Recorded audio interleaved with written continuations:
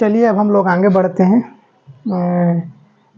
Previous video में हम लोगों ने नॉर्मल और वेज कंस्टेंट के सवाल किए थे, उसका कुछ कॉन्सेप्ट देखे थे।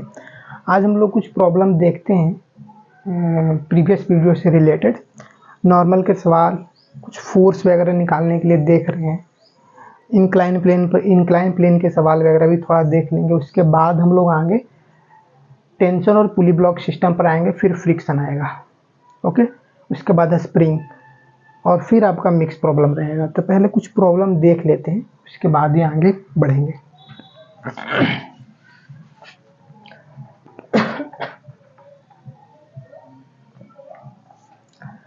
एक आपका वेज है, इस तरह से वेज है।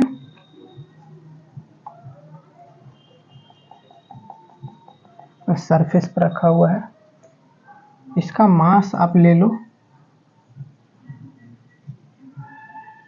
3m एंड एक आपका इसी पर 2 kg का ब्लॉक रखा हुआ है। ओके, इस पर अल्फा एंगल बना रहा है। तो सवाल मेरा क्या है कि ये आपका ब्लॉक ए है और ये आपका ब्लॉक वेज आपका बी है। सवाल मेरा ये है कि वेज और ब्लॉक जो है ना, वो दोनों सेम एक्सेलरेशन से चल रहे हैं। ओके, ब्लॉक और वेज सेम एक्सेलरेशन से चल रहे हैं। तो magnitude of block A and wedge के बीच में नॉर्मल फोर्स जो होगा, जो नॉर्मल होगा, वो अपने को नॉर्मल निकालना है। अच्छा, एक चीज़ और यहाँ पर कि आपका फ्रिक्शन यहाँ पर नहीं है, फ्रिक्शन इज एब्सेंट। तो normal force between wedge and block क्या होगा? ओके, कंडीशन क्या है यहाँ पे? कंडीशन यही है कि आपका वेज जो है वो आपका एंड ब्लॉक जो है सेम एक्सेलरेशन से चलेंगे। ठीक है, सेम एक्सेलरेशन से चलेंगे। तो आपका नॉर्मल निकालना है। नॉर्मल क्या होगा? ठीक है, नॉर्मल फोर्स क्या होगा? ठीक है, दोनों को साथ साथ, ऐसा नहीं है जैसा हो, बट यहाँ पर फ्रिक्शन नहीं है। तो इस तरह के सवाल को कैसे करेंगे? देखिए, पहले क्या करो कि आप इस 2 kg वाले के बारे में सोचो। तो इस 2 kg पर क्या हो रहा है? इस 2 kg पर मैं बोलूं, इस 2 kg पर आपका एक नीचे में तो 2 mg है कि नहीं? अगर ए वाला एंगल अल्फा है तो ए वाला एंगल भी अल्फा होगा। ये आपका 90 माइनस अल्फा। ओके, तो ए वाला भी अल्फा होगा। इधर में आपका एक नॉर्मल होगा। ओके, इस सरफेस के परपेंडिकुलर। अगर ये अल्फा है तो ये वाला भी अल्फा होगा। ओके, तो इस नॉर्मल का एक कंपोनेंट एन कॉस अल्फा इसके, और चूंकि फोर्स बैलेंस मैं बोल सकता हूँ कि एन कॉस अल्फा 2 mg के बराबर है कि नहीं? तो मैं यहाँ से बोल सकता हूँ कि एन कॉस अल्फा जो है आपका 2 mg के बराबर है। तो यहाँ से एक इक्वेशन निकल के आ गया। अब यहाँ पर दूसरा इक्वेशन देखो कैसे निकलेगा। चूंकि यहाँ पर बोला गया है कि वेज और एक्सेलरेशन और आपका छोटा ब्लॉक जो है सेम एक्सेलरेशन से चल रहे हैं, सेम एक्सेलरेशन से चल रहे हैं। तो अगर मैं इस वाले बड़े वाले ब्लॉक पर बात करूं, इस बड़े वाले ब्लॉक पर बात करूं, तो इसका हॉरिजॉन्टल डायरेक्शन में कितना फोर्स लगेगा? ओके, कितना फोर्स लग रहा होगा? तो अगर मैं इसका हॉरिजॉन्टल का देखना चाहूँ, इसके नॉर्मल का हॉरिजॉन्टल, तो इसके यहीं पर आप देख लो, इसके आपका परपेंडिकुलर आपका एक नॉर्मल है और ये आपका अल्फा है। तो ये वाला भी आपका अल्फा होगा। तो इस नॉर्मल का एक कंपोनेंट तो इधर की तरफ होगा एन कॉस अल्फा, जो मैंने लिखा, बड़ा वाला के लिए भी छोटा वाला के लिए भी। और इसका हॉरिजॉन्टल कंपोनेंट आपका यहाँ इधर की तरफ कितना होगा? एन साइन अल्फा होगा। तो चूंकि अगर मैं बड़ा वाले ब्लॉक पर चर्चा करूं,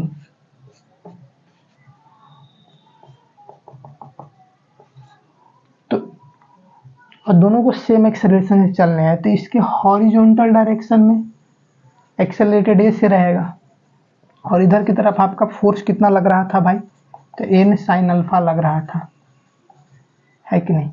तो इस पर एन साइन अल्फा आपका जो नेट फोर्स जो होने वाला है, यहाँ पर मैं लिख सकता हूँ कि एन साइन अल्फा आपका मास 3a में होगा। आप ये दोनों से काम करो, दोनों से काम करो, क्या करो कि आप 2 को 1 से डिवाइड मार लो। तो अगर मैं 2 को 1 से अगर मैं डिवाइड करता हूँ तो मैं यहाँ से साइन बाई कॉस यानी कि मैं tan अल्फा लिख सकता हूँ। ओके, tan अल्फा, और इधर आपका 3a बाई 2g होगा। तो यहाँ से आपका एक्सेलरेशन कितना निकल के आ गया, 2g tan अल्फा बाई 3। अब 2g tan अल्फा बाई 3 हो गया, तो यहाँ से आपका n इस वाले में देख लीजिए आप, एक्सेल इस वाले में आप डाल दो, a का वैल्यू इसमें डालो तो आपका यहाँ से n निकल के आएगा। तो मैं यहाँ से n साइन अल्फा को लिख सकता हूँ 3m, एंड एक्सेलरेशन आपका कितना है 2g tan अल्फा बाई 3। 3 ने 3 को कैंसिल किया। अब यहाँ से देखिए साइन अल्फा और tan अल्फा, तो साइन बाई कॉस, तो मैं यहाँ से ऐसे भी लिख सकता हूँ कि n साइन अल्फा जो है आपका वो आपका 2g, और इसको मैं लिख लूँ sine alpha by cos alpha. तो यहाँ से आपका नॉर्मल जो निकल के आएगा वो आपका कितना हो जाएगा 2g बाई कॉस अल्फा। तो ये सवाल ऐसे हो भी बिना फ्रिक्शन के सवाल था, अगर फ्रिक्शन रहता तो सवाल कुछ और बन जाता। इसको एक और मेथड से करेंगे, स्यूडो फोर्स जब पढ़ाएंगे उसके बाद करेंगे, ठीक है। तो इस तरह के सवाल अगर आएंगे तो ऐसे करने हैं। इसको आपको हॉरिजॉन्टल में मूव कर रहा था, ये जो वेव जो मूव करना था इसका मूवमेंट जो था आपका हॉरिजॉन्टल डायरेक्शन में था, तो इसका हॉरिजॉन्टल में आपका नेट फोर्स, वहाँ से आपका फोर्स निकाल लिया, और एक्सेलरेटेड था ही, और छोटे वाले ब्लॉक का मैंने एक यहाँ से रिलेशन लिख लिया, इन दोनों को सोल्व करके मैं यहाँ से निकाल लिया। तो इन दोनों के बीच में जो नॉर्मल लग रहा था, नॉर्मल का जो मैग्नीट्यूड था, अपने को डायरेक्शन नहीं पूछा गया है, आपका 2g बाई कॉस अल्फा था। किधर की तरफ मूव कर रहा है डायरेक्शन, तो मैं बता सकता हूँ, डायरेक्शन भी बता सकता हूँ वहाँ से थीटा वगैरह अल्फा निकाल के। ओके, तो आगे देखते हैं, नेक्स्ट सवाल के लिए रेडी रहिए आप लोग।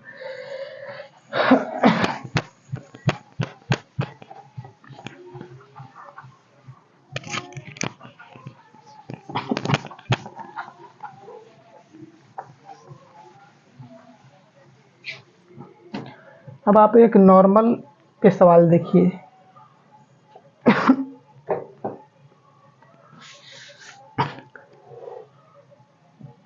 जैसे मान लीजिए कि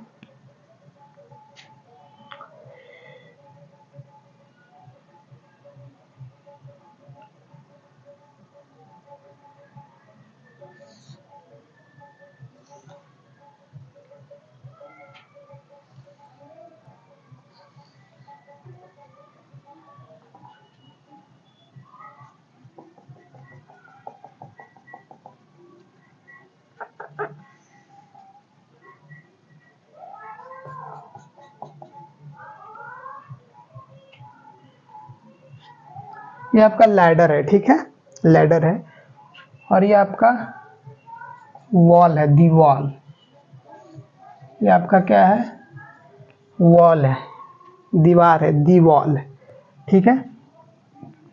मैं पूछ रहा हूँ कि इस पे इसका एफबीडी बनाओ, इसका आप नॉर्मल निकाल के बताओ, ठीक है। इस वाले सीढ़ी लैडर का जो मास है आपका, आप m ले लो, क्या ले लो, m ले लो, ठीक है। तो देखो इस तरह के सवाल में करना क्या होता है, आप इसको हटा लो यहाँ से,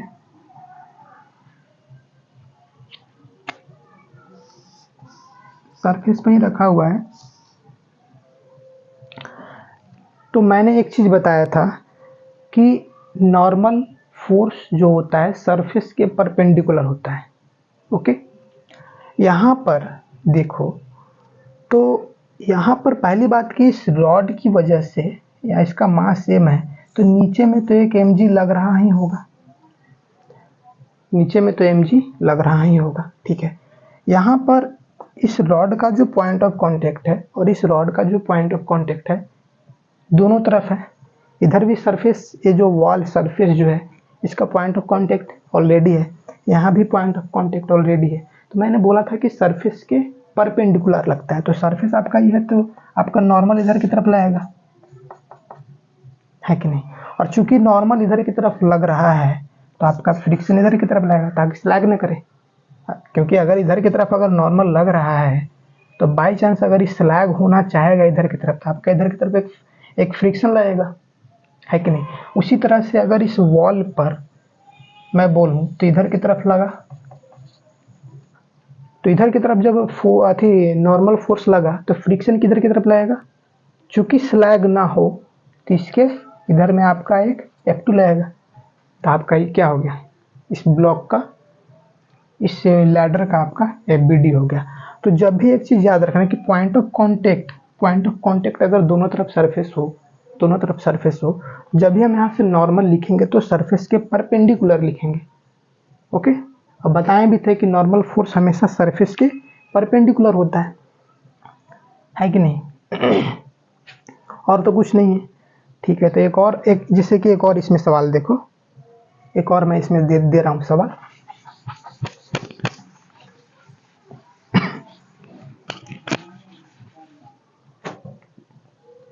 अब जैसे मान लो कि यहाँ पर और यहाँ पर, ठीक है,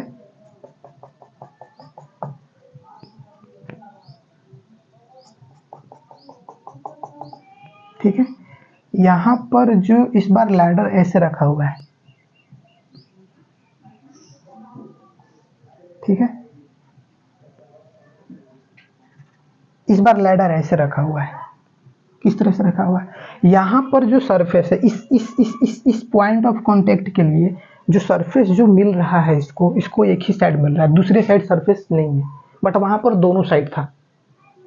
बट इस वाले पॉइंट पर इसको पॉइंट ऑफ कांटेक्ट दोनों तरफ सरफेस मिल रहा है, तो मैं यहाँ से तो एक चीज बोल सकता हूँ कि इसमें आपका सरफेस के परपेंडिकुलर आपका लगेगा कि नहीं लगेगा, लगेगा।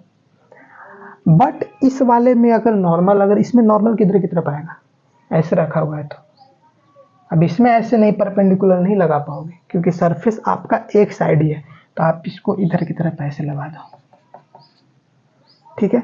और इसका अगर मास दिया हुआ है तो आप यहाँ से mg कर लो। ओके, तो याद रखना कि जब सरफेस दोनों साइड हो तो सरफेस के परपेंडिकुलर आएगा, और जब सरफेस एक ही साइड हो, point of contact one side हो, तो आपका हल्का सा टेढ़ा, इसके परपेंडिकुलर तो नहीं बट हल्का इसके इस लैडर के आपका हल्का सा टेढ़ा ऐसे जाएगा। ओके, ऐसे जाएगा बिकॉज इधर सरफेस तो है ही नहीं, ठीक है। अब जैसे इस पर एक और मैं सवाल करवा रहा हूँ, ये सब छोटे छोटे इलस्ट्रेशन है और आगे आएंगे बड़े बन के, तो उस टाइम पर नॉर्मल दिखाने में टाइम नहीं लगना चाहिए, इसलिए देख लो इसे। अब जैसे मान लो कि एक आपका स्फेरिकल है, ये आपका सेल है, स्फेरिकल सेल,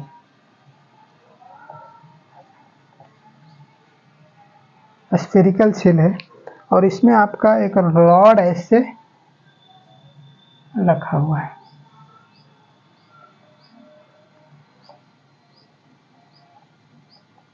ठीक है, ऐसे। इसमें आपका सरफेस, अब बताओ, अब ये वाला सवाल देखो यहाँ पे, इसमें आपका सरफेस इस रॉड का पॉइंट ऑफ कांटेक्ट और इस रॉड का पॉइंट ऑफ कांटेक्ट में सरफेस यहीं तक उधर है, बट मैं सरफेस यहाँ के बात कर रहा हूँ, यहाँ तक जो सरफेस जो दिया जहाँ पर रखा हुआ है that is the main surface. तो यहाँ पर पॉइंट ऑफ कांटेक्ट सरफेस के वन एंड, दूसरा एंड में नहीं है, यहाँ पर भी एक ही एंड है, तो यहाँ पर नॉर्मल कैसे जाएगा, हल्का टेढ़ा, ना कि इसके परपेंडिकुलर, तो इसमें हल्का आपका ऐसे आपका टेढ़ा चल जाएगा, ठीक है, हल्का इसमें आपका क्या जाएगा, टेढ़ा जाएगा। अच्छा टेढ़ा जाएगा और इसमें आपका इधर की तरफ आपका N2 है कि नहीं। अगर मैं इसमें फ्रिक्शन की बात करूं तो फ्रिक्शन आपका ऐसे जाएगा, इसमें आपका ऐसे जाएगा, है बात समझ में। तो सरफेस इसमें आधा था तो आपका नॉर्मल ऐसे हल्का सा टेढ़ा जाते हैं, ठीक है, हल्का सा टेढ़ा नॉर्मल आएगा। और जब सरफेस पूरे पूरे हो तो आपका सरफेस के परपेंडिकुलर पूरा सरफेस हो, यहाँ पर रखा हुआ है कॉन्टेक्ट बॉडी, तो आपका सरफेस के परपेंडिकुलर जाएगा। ये चीज़ याद रखिएगा आप लोग, ठीक है। अब आगे देखिए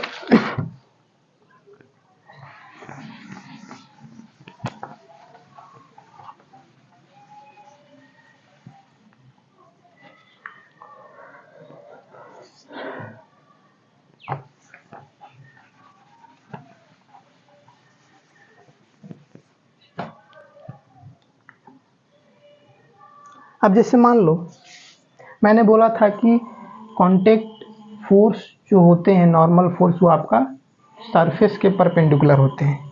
तो अगर मैं बोलूं कि यहाँ पर एक मेरा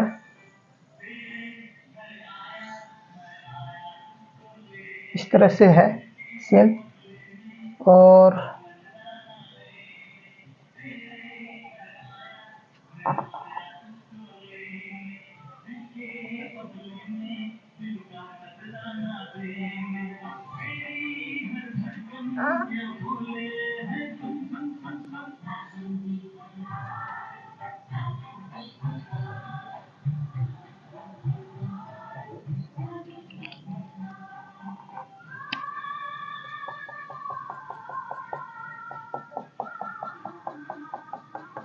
इस तरह से एक रिंग को ऐसे करके फंसा दिया गया है, ठीक है, ऐसे करके इसको फंसा दिया गया है।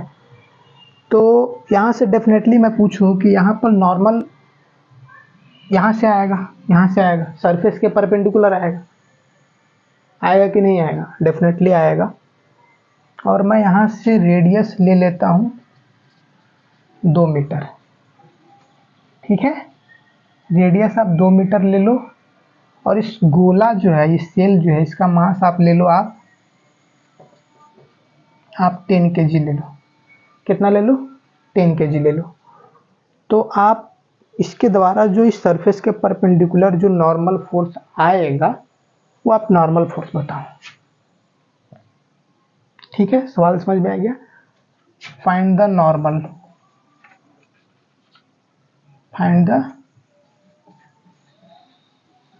Normal force.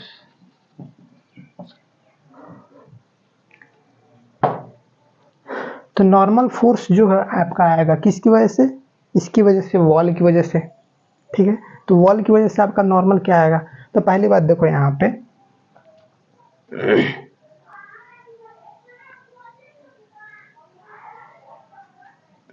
अगर मैं बोलूं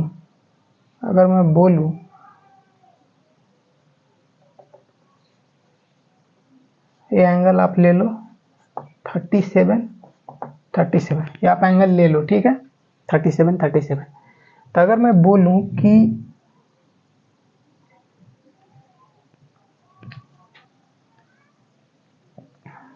इस सरफेस के परपेंडिकुलर आपका एक नॉर्मल इधर की तरफ जाएगा,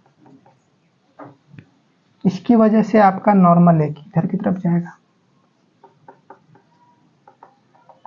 एक्चुअली देखा जाए तो सिमेट्री से सेम होगा, बट मैं इसको निकाल के बताता हूँ कि सेम है कि नहीं सेम है, ठीक है। और चूंकि सरफेस के परपेंडिकुलर है तो ये आपका 90 डिग्री है कि नहीं? ये भी आपका 90 डिग्री है।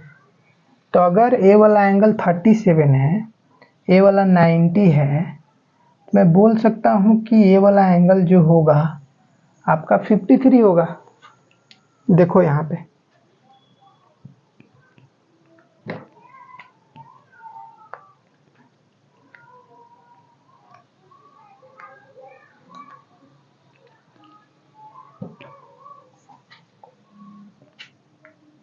इस वाले में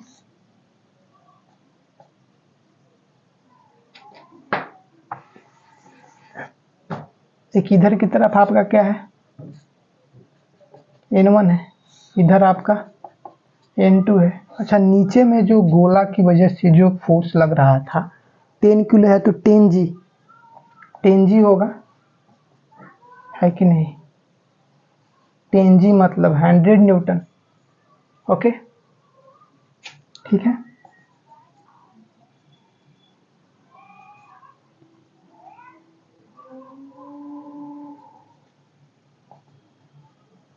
यहाँ 37, 90 तो ये आपका 53।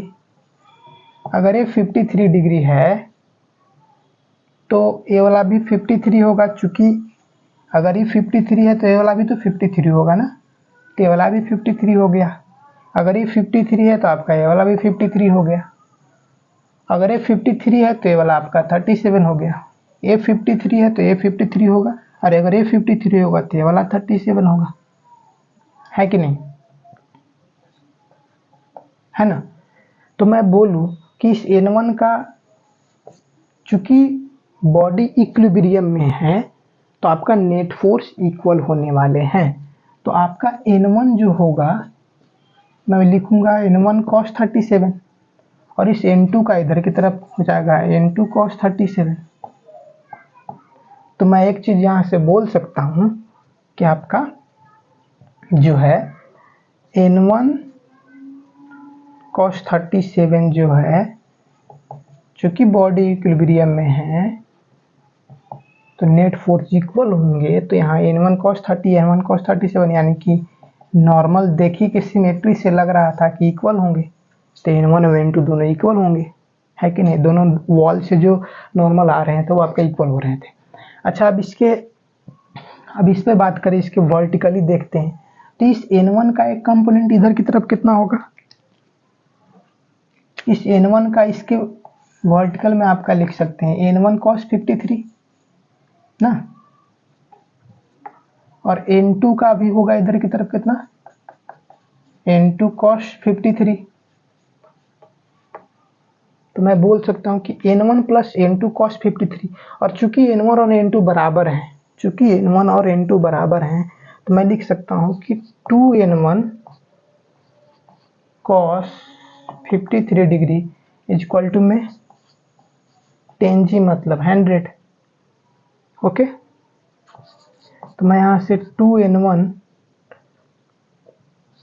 cos 53 डिग्री कितना होता है? Sine cos 37 4/5, 53 3/5।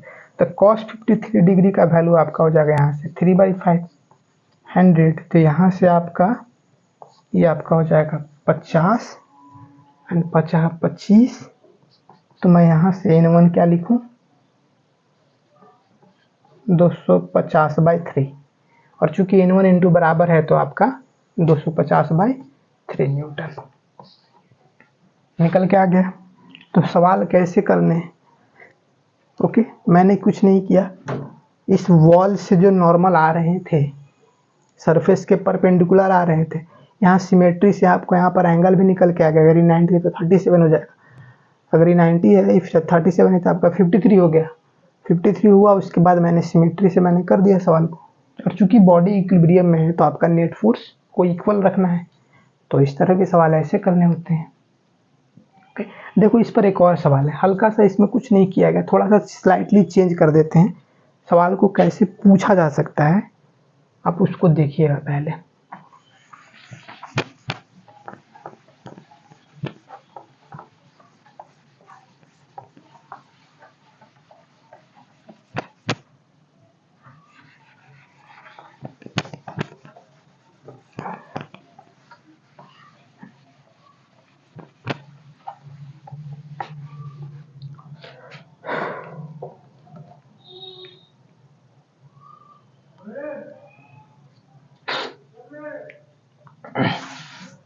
जैसे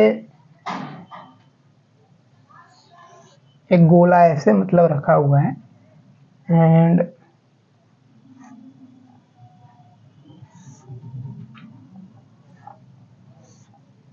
इस तरह से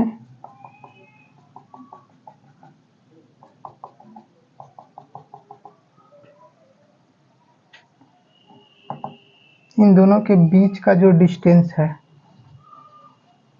6 मीटर है। कितना है? 6 मीटर है। इस गोले का मास, रेडियस आप 5 ले लो एंड मास आप ले लो 10 kg, नहीं तो 5 kg ले लो, ठीक है। 5 kg, इन दोनों के बीच का डिस्टेंस इतना लिखा हुआ, अर्थ किया हुआ है। ये वाला एड्ज से और इस वाले एड्ज से, तो इस एड्ज मतलब कि इस कॉर्नर से आपका नॉर्मल कितना होगा, ठीक है। Find normal at edge.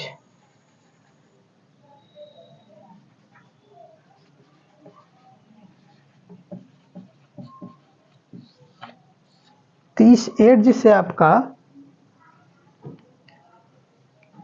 आपका बताना क्या है कि नॉर्मल कितना होगा, नॉर्मल फोर्स कितना होगा, ठीक है। तो देखो इस तरह के सवाल को,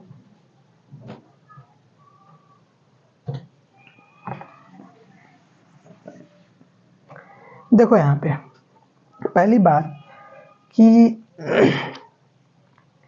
अगर मैं बोलूं, मैंने बोला था कि इस एड्ज से अभी सवाल आ गया, चूंकि सरफेस इतना ही है और इस सरफेस इतना ही है, जब सरफेस इतना ही है तो यहाँ पर जो नॉर्मल होगा क्या इधर होगा? नो, इधर होगा, क्योंकि यहाँ सरफेस का पॉइंट ऑफ कांटेक्ट जो है आपका एक ही पॉइंट है, दूसरा वाला पॉइंट का पता नहीं है। तो जब भी ऐसे होता है तो मैंने बोला था कि आपका इधर की तरफ होगा, कहीं इधर ही जाएगा नॉर्मल, सॉरी। और इसकी वजह से आपका इधर की तरफ जाएगा।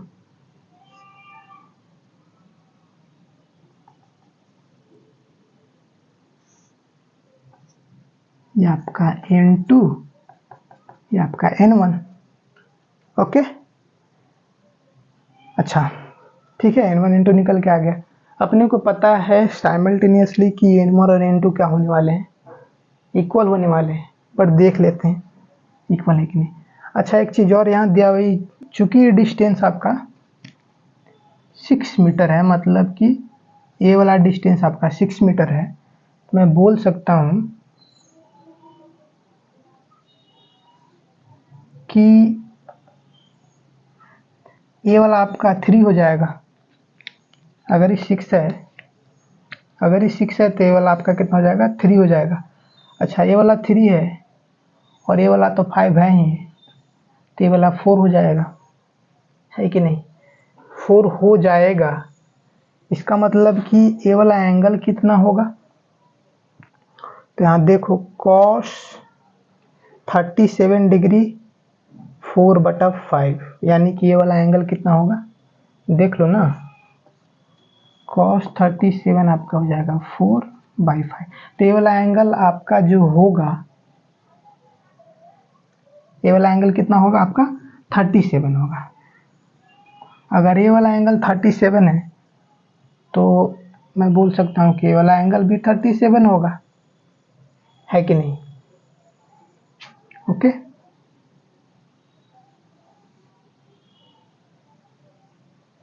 अगर ए वाला एंगल 37 है, ध्यान देना, अगर ए वाला एंगल 37 है तो ये वाला एंगल भी 37 होगा, और ये वाला एंगल 37 है तो ये वाला एंगल भी 37 होगा। अगर ये 37 है तो ये आपका 53 डिग्री तो डेफिनेटली होगा, ये 37 है तो आपका 53 डिग्री। सवाल हो गया खत्म, कुछ नहीं करना था। तो मैं यहाँ से डायरेक्ट बोल सकता हूँ कि अपने को बस यही देखना था। तो मैं यहाँ से क्या बोल सकता हूँ कि नॉर्मल तो चूंकि दोनों इक्वल ही होने वाले हैं, क्योंकि यहाँ से N1 cos 53 जो होगा वो N2 cos 53 डिग्री, तो यहाँ से मैं N1 और N2 को तो बराबर कर ही सकता हूँ। ओके। अब यहाँ से देखो ऊपर में क्या क्या लग रहा था, तो उसके ऊपर में मैं बोल सकता हूँ क्या कि N1 का एक कंपोनेंट N1 cos 37 और N2 cos 37, और चूंकि n1 इंटू बराबर है तो मैं लिख सकता हूँ कि 2n1 cos 37, और नीचे में कितना लग रहा था इस सेंटर से, तो आपका 5 kg का ब्लॉक है तो यहाँ से 5g। तो मैं चूंकि तो फॉर इक्विलिब्रियम कंडीशन मैं लिख सकता हूँ कि n1 cos 37 degree plus n2 cos 37 degree is equal to में 5g मतलब कि 50। तो मैं यहाँ से लिख सकता हूँ n1 इंटू बराबर है तो मैं लिख सकता हूँ कि 2n1 cos 37 is equal to 50।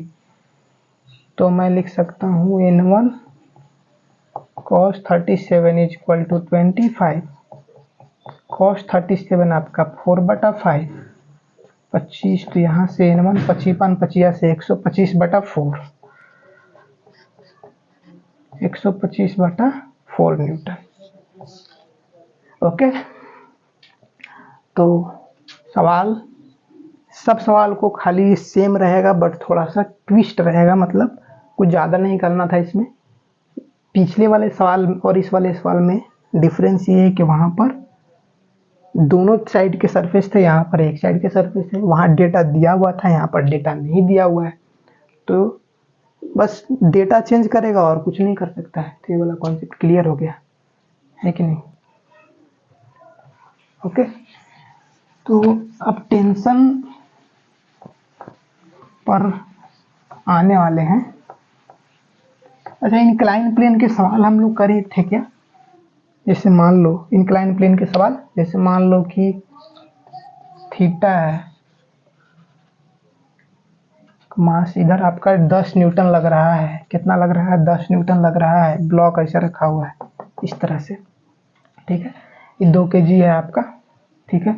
ले लो आप 37 डिग्री, ठीक है। तो मैं बोलूँ कि अगर इसका एक्सेलरेशन बताओ तो क्या बता पाओगे? चूंकि ब्लॉक अगर जिसमें मैं यहाँ पर 2 न्यूटन ले लेता हूँ, 2 न्यूटन ले लेता हूँ। अगर इस ब्लॉक पर लगने वाला फोर्स इस डायरेक्शन, चूंकि ब्लॉक स्लाइड तो इधर ही होंगे, मूव तो इधर ही करेगा। अगर चलेगा तो किधर चलेगा? ऐसे ही चलेगा। तो मान लेते हैं किधर की तरफ एक्सेलरेटेड ऐसे है। ओके, तो इस 2 kg पर मैं बोलूं तो क्या क्या लग रहा था? नीचे में आपका 2 mg, ओके। और देखो यहाँ से अगर यहाँ पर 2 mg है तो ये एंगल अगर थीटा है तो ये वाला भी एंगल थीटा होगा, है कि नहीं? तो इधर में आपका थीटा हो गया, है कि नहीं? तो इस 2 mg का एक कंपोनेंट इधर की तरफ और 2 mg का एक कंपोनेंट इधर की तरफ कितना होगा? 2 mg cos 30 थीटा, एंड इधर की तरफ आपका हो जाएगा